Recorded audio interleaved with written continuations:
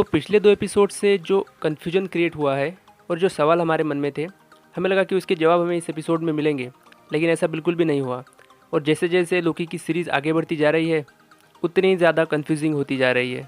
ये एपिसोड पिछले 2 एपिसोड से काफ़ी शॉर्ट था और इसमें हमें ज़्यादा कुछ देखने को भी नहीं मिला। सिर्फ इतना पता चला है कि जिस लोकी के वेरिएंट को हम अब तक लेडी लोकी कहते आ रहे हैं, उसका नाम सिल्विया है। उसके पास सिर्फ एक ही पावर है, वो लोगों का माइंड कंट्रोल कर सकती है, लेकिन सिर्फ उनका जो मेंटली स्ट्रांग नहीं है और जिसका अपने दिमाग पे कंट्रोल है, उसका माइंड ये कंट्रोल नहीं कर सकती। दूसरी बात ये जो हमें इस एपिसोड में पता चली कि सिल्विया एक मिशन पर थी और उसका मिशन था टीवीए को खत्म करना। इस मिशन पर वो कई सालों से काम कर रही थी। ये सीरीज धीरे धीरे सिल्विया की आइडेंटिटी को रिवील करती जा रही है, पर हमें अब तक उसके ओरिजिन के बारे में पता नहीं चल पाया है। हम जानते हैं कि लोकी ने 2014 में टेज़रेक्ट लेकर टाइम ट्रैवल किया था, लेकिन हम ये नहीं जानते कि सिल्विया ने टाइम ट्रैवल कब किया था और वो कब से टीवीए के पीछे पड़ी हुई है। तो इस एपिसोड की शुरुआत में हम देखते हैं कि सिल्विया हंटर C20 का माइंड कंट्रोल करके उससे टीवीए और टाइम कीपर्स के ठिकाने का पता लगाती है और फिर वो टीवीए पहुंच जाती है टाइम कीपर्स को खत्म करने के लिए, जो कि उसका मिशन भी था। लेकिन उसी के पीछे लोकी आकर उसका मिशन इंटरप्ट करता है। तभी रेओना भी गार्ड्स लेकर वहां पर पहुंच जाती है। लोकी को बचने का कोई भी रास्ता नजर नहीं आता, इसलिए वो टेम्पैड से एक पोर्टल खोलता है और दोनों ही उस पोर्टल के थ्रू चले जाते हैं। और सिल्विया लोकी को मार डालना चाहती थी। वो लोकी को वहीं पर छोड़ के अकेले ही टाइम ट्रैवल करना चाहती थी, इसलिए वो टाइम पैड को हाथ में लेती है, लेकिन वो टाइम पैड चार्जिंग ना होने की वजह से काम नहीं करता। तभी लोकी उससे वो टाइम पैड छीन के अपने मैजिक से उसे गायब कर देता है।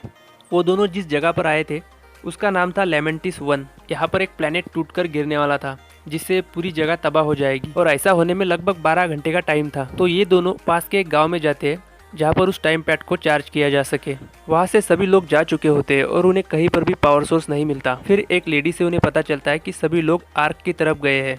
आर्क एक बहुत बड़ा स्पेसशिप था जिससे सभी लोग उस प्लेनेट से बाहर जा सकते थे। वहाँ पर उन दोनों को पावर सोर्स मिल सकता था, इसलिए वो दोनों वहाँ जाने का डिसीजन ले लेते। आर्क तक जाने वाली ट्रेन में बैठने के लिए इन दोनों के पास टिकट तो था नहीं, इसलिए ये अपने मैजिक का यूज़ करके चीटिंग करके उस ट्रेन में बैठते हैं। यहाँ पर लोकी उसे खुद के मैजिक के बारे में बताता है।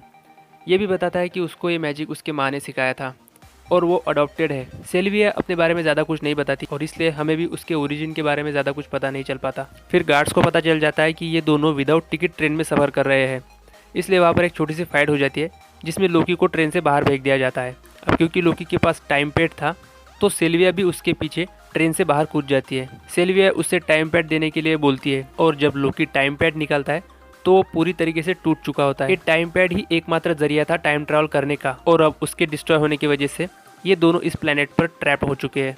अब तो सिर्फ एक ही रास्ता था इस प्लेनेट से बाहर जाने का, सिर्फ आर्क, वो स्पेसशिप जिस पर इस प्लेनेट के सभी लोग जा रहे थे। रास्ते में चलते चलते सिल्विया एक राज की बात बताती है कि टीवीए में काम करने वाले सभी लोगों को टीवीए ने नहीं बनाया है, वो लोग अर्थ से आए हुए वेरिएंट्स हैं, जैसे कि ये दोनों थे।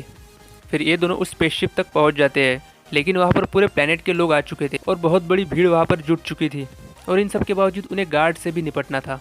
लेकिन तभी उस टूटे हुए प्लेनेट का एक बड़ा सा टुकड़ा आकर उस स्पेसशिप पर गिरता है, जिससे वो स्पेसशिप पूरी तरीके से टूट जाता है। ये स्पेसशिप ही इन दोनों की उस प्लेनेट से बाहर निकलने की आखिरी उम्मीद थी, लेकिन अब वो भी टूट चुका है। तो अब ये दोनों उस प्लेनेट से बाहर कैसे निकलेंगे? इसी सवाल के साथ ये एपिसोड यहीं पे खत्म होता है। अब आगे क्या होगा ये हमें नेक्स्ट एपिसोड में पता चलेगा।